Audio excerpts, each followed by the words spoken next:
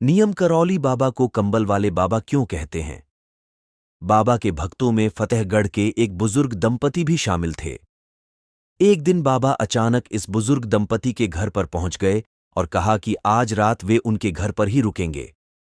दंपति बहुत खुश हुए, लेकिन वे बेहद गरीब थे, लिहाजा सोचने लगे कि वे बाबा का सत्कार कैसे करें। उन्होंने जैसे तैसे भोजन का इंतजाम किया और फिर सोने के लिए बाबा को चारपाई और ओढ़ने के लिए कंबल दिया।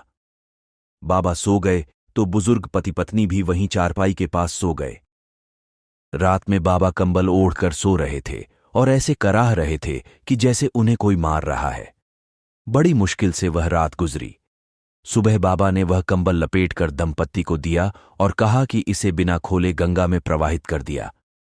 बाबा ने दंपत्ति को खाली कंबल दिया था, लेकिन जब वे उसे गंगा में प्रवाहित करने ले जा रहे थे तब वह इतना भारी हो गया जैसे कंबल के अंदर ढेर सारा लोहा हो। लेकिन बाबा ने कंबल खोलने से मना किया था, इसलिए दंपत्ति ने उसे बिना खोले गंगा में प्रवाहित कर दिया। करीब 1 महीने बाद इस दंपत्ति का बेटा सकुशल घर लौट आया।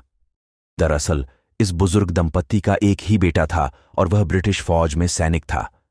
दूसरे विश्व युद्ध के समय वह बर्मा फ्रंट पर तैनात था। पति पत्नी अपने बेटे की चिंता में व्याकुल रहते थे और चाहते थे कि वह सकुशल घर लौट आए। बाबा नीम करौली के घर में रात बिताने के 1 महीने बाद बेटा वापस लौट आया।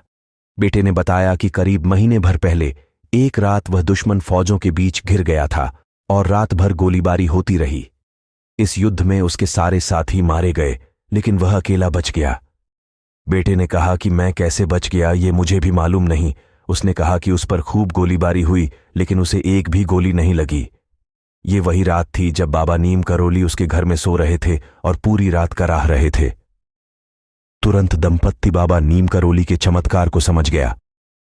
इस घटना के कारण ही मिरेकल ऑफ लव में रिचर्ड एल्पर्ट ने इस कंबल को बुलेट प्रूफ कंबल कहा है।